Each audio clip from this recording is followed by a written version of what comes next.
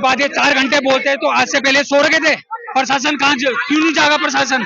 सुबह मैं उनके साथ में ही था जब उनके साथ एक घटना घटित हुई है, उनके साथ में ही था मैं, और बहुत बुरी तरह उन्हें पीटा गया है और अभी भी हालत उनकी नाजुक बनी हुई। पत्रकार योगेश टिमरी पर हुए हमले की पत्रकारों, सामाजिक संगठनों और स्थानीय लोगों ने कड़ी आलोचना की है। ऋषिकेश में स्थानीय पत्रकारों और नागरिकों ने कोतवाली का घेराव किया। इस घटना से नाराज लोग हमलावरों के खिलाफ सख्त कार्रवाई की मांग कर रहे हैं। लोगों का कहना है कि पत्रकारों की सुरक्षा सुनिश्चित करने के लिए प्रशासन को ठोस कदम उठाने चाहिए। कोतवाली के बाहर पत्रकारों, सामाजिक संगठनों व राजनीतिक दलों ने अपना विरोध प्रदर्शन किया। वहीं पुलिस अधीक्षक लोक सत्यजीत सिंह ने कहा कि आरोपी के खिलाफ मुकदमा दर्ज कर लिया गया है और जल्द आरोपी की गिरफ्तारी की जाएगी। हाँ देखिए, इसमें जो हम लोग कल ये सूचना हम लोगों के पास आई थी, पूरे घटनाक्रम की हम लोगों को जानकारी दी, तो हम लोग तहरीर की वेट कर रहे थे, लेकिन उसमें उस पक्ष की तरफ से कोई तहरीर नहीं आई। फिर हमने सुबह सुबह उनके पास अपनी टीम भेजी कि भाई आप तहरीर नहीं दे रहे हैं तो हम खुद इसमें मुकदमा लिख देते हैं, क्योंकि समाज में गलत मैसेज नहीं जाना चाहिए।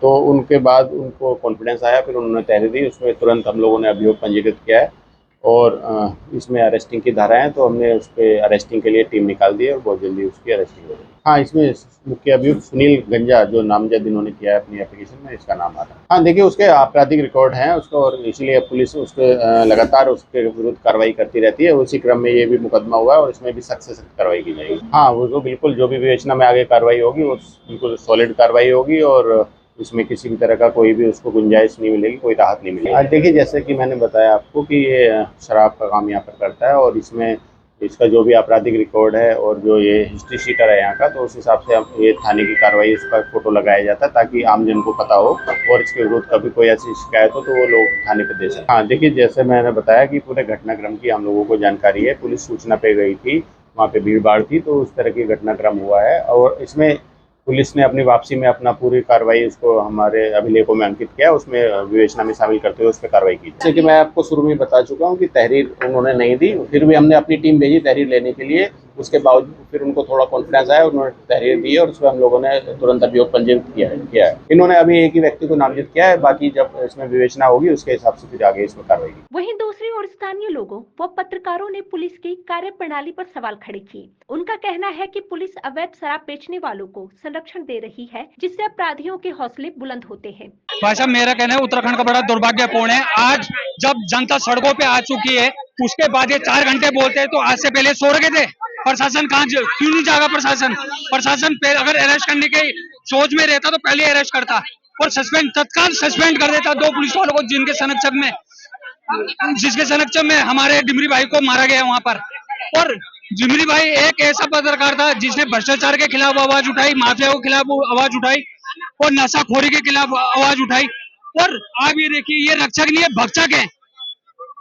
आज की डेट में ये इनसे न्याय नहीं मांगा जा सकता। जब तक लोग सड़कों में नहीं आएंगे तो प्रशासन हमारा न्याय नहीं देगा। गरीबों के लिए नहीं है ये प्रशासन, ये अमीरों के लिए, शराब माफियाओं के लिए प्रशासन है, उनको संरक्षण देने का काम करता है। लोकतंत्र का जो चौथा स्तंभ है, जिसकी जिम्मेदारी है अपने संविधान ने तय की है, जब उस पर इस प्रकार से हमला होता है तो निश्चित रूप से ये हम सब लोगों के लिए बड़ी चुनौती हो जाती है। और जिस प्रकार से शराब माफियाओं ने योगेश डिमरी पर हमला किया, जानलेवा हमला उनके ऊपर किया गया, वो अपने घर के काम के लिए तो कर नहीं रहे थे। तो जो जनहित के मामले में जब लोग काम करते हैं, आवाज उठाने का काम करते हैं और इस प्रकार का हमला होता है, तो निश्चित रूप से वो लोग जो समाज में जागृत होकर काम कर रहे हैं, उनको हताशा होती है, निराशा होती है। उसके परिवार को प्रोटेक्शन मिलना चाहिए। और कल से जब से लगातार हम लोग ये कोशिश कर रहे थे कि ये मामले में मुकदमा होना चाहिए, तो अब 109 के तहत मुकदमा दर्ज हुआ है और जो पहले 307 आईपीसी की धारा होती थी। पुलिस ने अभी हमें आश्वस्त किया है कि अगले कुछ घंटों में जिन लोगों ने योगेश डिमरी पर हमला किया है, जानलेवा हमला किया है, उनकी गिरफ्तारी हो जाएगी। हम इस बात की प्रतीक्षा कर रहे हैं और हम इस बात की भी प्रतीक्षा कर रहे हैं कि हमारे क्षेत्र के सांसद त्रिवेंद्र सिंह रावत ने जो 2 दिन पहले बयान दिया, उन्होंने कहा कि जो अपराधी हैं उनके मन में खौफ होना चाहिए, उनके भीतर पुलिस का डर होना चाहिए, वो किसी भी प्रकार का अपराधी हो। उन्होंने बगल वाले राज्य का भी जो उदाहरण दिया कि वहाँ खौफ है पुलिस का, और अगर यहाँ नहीं होगा तो निश्चित रूप से जो हमारी देवभूमि है, जहाँ प्रचंड बहुमत की सरकार बार बार दी जाती है और केंद्र की सरकार बनने उनको चुनकर यहाँ लोगों को भेजा जाता है, तो अगर जनता सुरक्षित नहीं होगी, हमारे पहाड़ से आए हुए लोग यहाँ सुरक्षित न होंगे, तो निश्चित रूप से ये हमारे लिए बड़ा विचारणीय सवाल होगा। सुबह मैं उनके साथ में ही था जब उनके साथ ये घटना घटित हुई है, उनके साथ में ही था मैं, और बहुत बुरी तरह उन्हें पीटा गया है और अभी भी हालत उनकी नाजुक बनी हुई है भाई साहब। देखिए कानून भी चेंज हुआ है बीच में, इसमें धारा 109 एक लगी है और 352 लगी है, और इसमें एसओ साहब ने हमें बताया है कि कम से कम 10 साल की सजा है, इसमें 10 साल का कठोर कारावास है। स्टैंड तो देखिए अब तो यहाँ से जाते हैं और हम जल्दी से जल्दी उसकी गिरफ्तारी की मांग कर रहे हैं।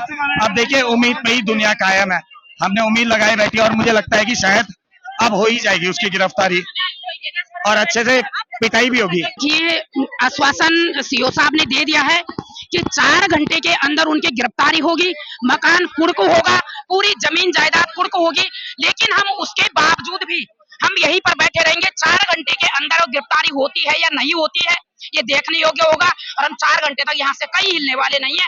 जगह सुनिश्चित करेंगे। वो पुलिस प्रशासन कह रहा है कि हमारे आवागमन का रास्ता हटा दो, तो हम हटेंगे, लेकिन एक सुनिश्चित स्थान हम तय करते हैं। 4 घंटे यही रहने वाले हैं। अब अगर बोलूं तो फिर बात वही है, या तो मुकदमा दायर होगा, या तो फिर अब देखो, या तो सरकार संरक्षण दे रही है, या तो पुलिस प्रशासन संरक्षण दे रहा है, कि उल्टा जो ड्रग्स के खिलाफ, नशे के खिलाफ अभियान चला रहे थे, उनके ऊपर इतना ही बड़ी मतलब एक जानलेवा हमला हो जाता है, तो ये कहीं ना कहीं शासन और प्रशासन दोनों के लिए चुनौतीपूर्ण है और प्रश्न चिन्ह के घेरे में है।